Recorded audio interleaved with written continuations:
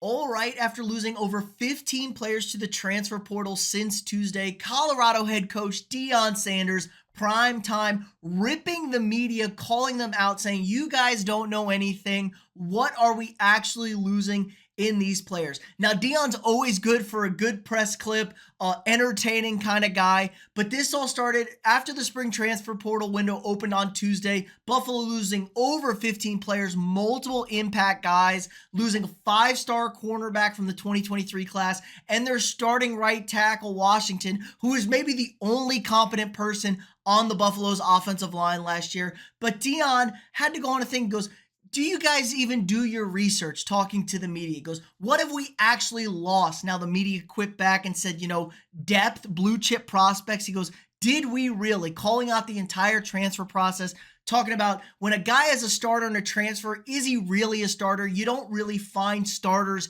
in the transfer portal. It's a bunch of backups, basically bashing the entire transfer portal system. It felt like, even though Colorado has been raking it up with the transfers over the past two seasons. Now, he said there are one or two guys out there and we're in contention for them. We're going to get them. But this is kind of a really weird situation all around. Deion seems to always be picking a fight with the media, always wanting to call them out. And let's be honest, I've been very critical of Deion as well. I said before last season he was going to mightily struggle. I felt he was in over his head a little bit going right into this job at Colorado, and the Buffaloes were terrible. Started off 3-0, 1-8 in the Pac-12, which really wasn't good after the top two teams in Oregon and Washington. 1-8, finished the season with 4 wins total. Now, it was better than the prior year, but it was pretty much impossible to do worse than the prior year. And it feels like all around, Deion's main focus with this team is not to be there long-term, not to build a program, but really to get his two sons and Travis Hunter exposure, drafted as high as they possibly can. There was a story last week that came out that Deion said he would only accept 6 teams for those 3 guys to go to in the NFL. He called that out. He said, "That's a lie. I got way more friends in the NFL. I trust the NFL." Now, I don't know what to think. Deion has had some other comments in the past, giving his son special treatment to the team, giving them exclusions from things, wanting to get them drafted. I don't think it's a good mood. You can't do that as a Division I head coach. And the recruiting overall has been absolutely abysmal. The Buffaloes ranking 95th in the 2024 recruiting class. That's 16 out of 16 in the Big 12. They've ranked 6th in the transfer portal, so that's a little bit better. So maybe they are actually getting those 1 or 2 guys that are actually an impactful starter for the Buffaloes that could be in. But this is a process that I do not think Deion is fully in on. Like I said, it's a lot of exposure. It's a lot of hype. It's a lot of media going into this. And he is focused on his 2 sons and Travis Hunter. And who could blame him? First and foremost, he's a dad. He's a dad. He's going to want the best for his sons. We saw Shadur Sanders kind of fly up the draft boards after the first few weeks. Everyone thought he'd be coming out this year. Obviously struggled once they got into playing better competition, once there was film on Colorado.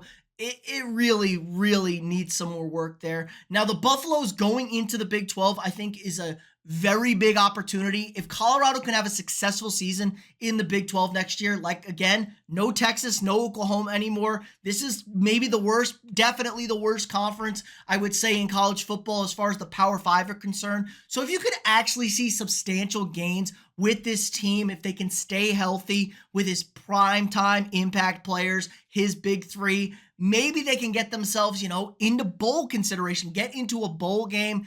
That would mean a lot to this thing. But I do think long-term, Deion is not all in on this program.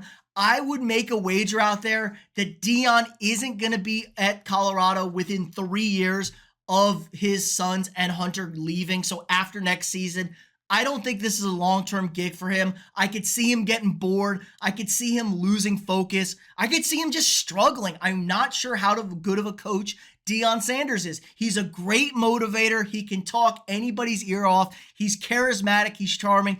He should be able to recruit better than what Colorado is recruiting, but he is kind of stubborn in his ways. Very hard-nosed, saying we only want these certain guys, only these certain guys work with us, and they have to be good. Everybody else is kind of trash. He threw his team under the bus last year a little bit, talking about how bad they were. Now, I get it. It's frustrating, but you can't necessarily do that in college football in the transfer portal era, in the NIL era. It's can lead to a disaster, and the money will dry up if you do not start seeing results on the football field. So I think this could all culminate in kind of a burnout, flame out at Colorado. I could be wrong. He could be locked in. This could be his goal. He could turn this team around, win the Big 12, maybe get into the college football playoff, actually build up this program, because Colorado, it's been kind of shitty for a long time, but a historically really solid program, multiple national championships.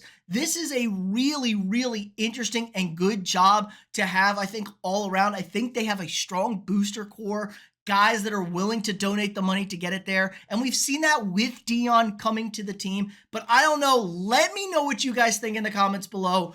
Is Deion in for the long haul? Or is he short-term, get his sons drafted, get Travis Hunter drafted, and he's going to bounce? What are the long-term plans for him and the Buffaloes? Let me know what you guys think. If you haven't already, drop a quick like on this video, hit that thumbs up, subscribe to the channel. We got new sports content every single day. We got the mock draft, my one and only mock draft, dropping tomorrow. Should be a lot of fun. We'll be live streaming the entire first round of the NFL draft next Thursday. Lots of intrigue, lots of excitement. What are my Vikings going to do? Are we going to trade up for a quarterback? Please, God, don't let it be J.J. McCarthy. But should be a lot of fun. If you want to support the channel more, sign up for a channel membership. You get all sorts of cool perks, exclusive videos, early access to some videos. Helps support me, allows me to keep making this great content for you guys every single day. Again, like, subscribe, and share, and I'll see you all tomorrow.